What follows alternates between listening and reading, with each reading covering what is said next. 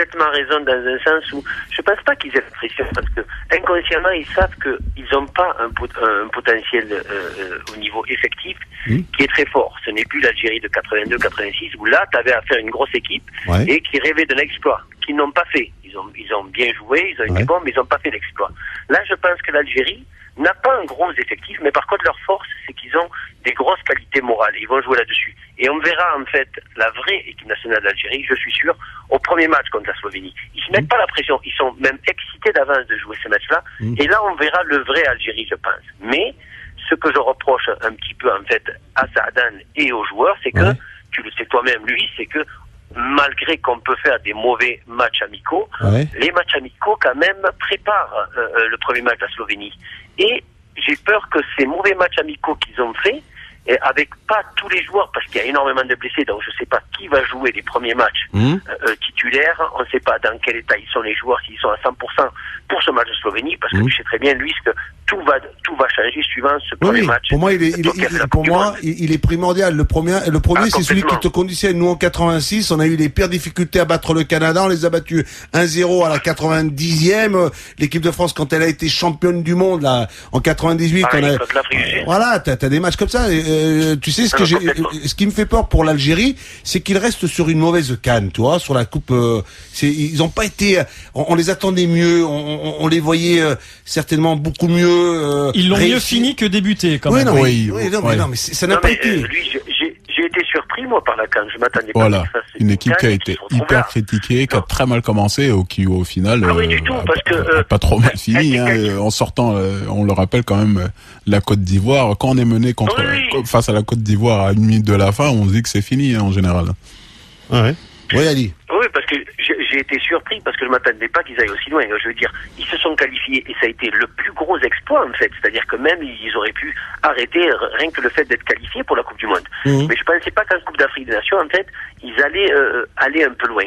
Maintenant, ils ont montré énormément en Coupe d'Afrique des Nations. Ce que je veux dire, c'est qu'ils ont montré plus de cœur que le football algérien qu'on connaît, avec des super attaquants et des super meneurs de jeu. Parce que quand tu vois l'effectif, Saadan n'a pris que 3 attaquants, parce qu'il n'a pas d'attaquants. Ah bon? C'est le problème. À ce et quand point-là. tu vois les meneurs de jeu, en fait, il n'en a pas 40 000, il n'en a qu'un, c'est Ziani.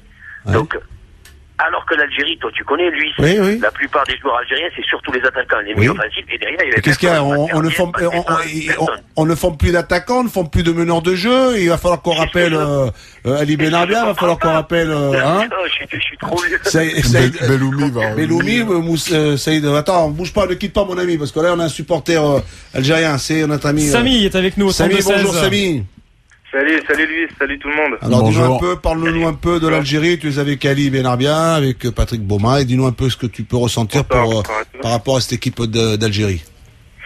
Écoutez, déjà pour commencer, je suis 100% derrière eux. J'espère qu'ils vont faire une bonne Coupe du Monde, mais je suis un peu sceptique malgré tout, parce que depuis la Coupe d'Afrique des Nations, où moi, j'ai trouvé que c'était une bonne Coupe d'Afrique des Nations, à part le match contre l'Égypte, tout le monde a craqué. Ça s'est mal terminé, voilà. Ça s'est mal terminé, mais ils étaient solides, ils semblaient solides. Tu sais, contre l'Égypte, mais je sais pas, dans un match de poule où ils sont passés par la petite porte, tu vois. C'est vrai, mais même contre le pays organisateur, 0-0, c'était un 0-0 maîtrisé, on va dire. Alors, dis-nous un peu, toi. Alors que depuis les matchs amicaux, c'est 3-0 contre la Serbie, 3-0 contre l'Air, 1-0 contre les Émirats Arabes Unis. Les Émirats Arabes Unis, je suis désolé, mais c'est une sélection de seconde zone, on va dire. Donc on peut pas se permettre le dernier match avant à une semaine de la Coupe du Monde de faire un 0. Le problème de l'Algérie maintenant, c'est que défensivement, alors que c'était sa force pendant la Coupe d'Afrique des Nations, il y a quelques erreurs qui reviennent.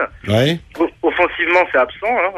C'est ce que disait Ali. Offensivement, on n'a pas les moyens. Voilà. Peut-être on marque d'ailleurs sur un penalty, malgré qu'on arrive à se créer des occasions.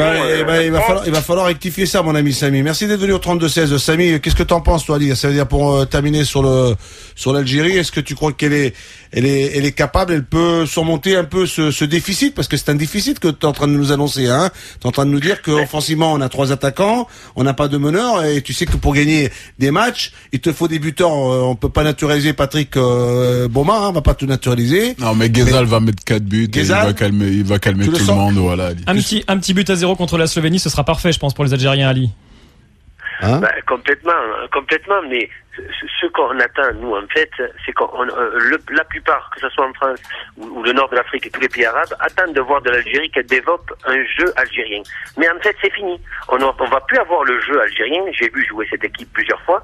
Ouais. C'est une équipe, on va dire, façon européenne, avec une très très bonne défense, un bon gardien, des bons milieux défensifs. Ouais. Ils s'y jouent très très en bloc et qui vont compter sur un Rafik Saifi ou un Rezal pour essayer de marquer un but. À la rigueur, cette équipe elle se rapproche plus d'une Slovénie, on va dire, que d'une équipe africaine, comme on avait l'habitude de voir de l'Algérie.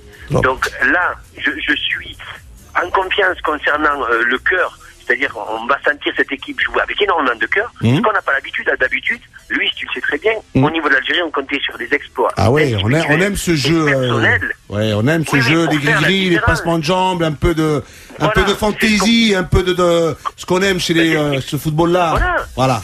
C'est ce que garde le Brésil, c'est ce qui va garder l'Argentine. Et je suis un petit peu désolé que l'Algérie ne l'ait pas gardé. Peut-être parce qu'on a peut-être trop pris de joueurs professionnels maintenant, énormément. Et peut-être aussi qu'il a cassé un petit peu le groupe qui était en Coupe d'Afrique des Nations et il a ramené des nouveaux joueurs qui sont pratiquement des professionnels. Donc pour l'instant, c'est un point d'interrogation. Toi, pour l'instant, reste bien à l'ombre parce qu'il fait très très très chaud et on t'attend avec impatience à partir de vendredi pour le début de notre grand show tous les soirs du côté des Champs-Élysées. À l'Adidas Store, 18h, 20h tous les soirs avec Patrick Boma, avec Ali Benarra, avec Eric Dimeco, avec bien sûr vous également. Jérôme Roten avec vous.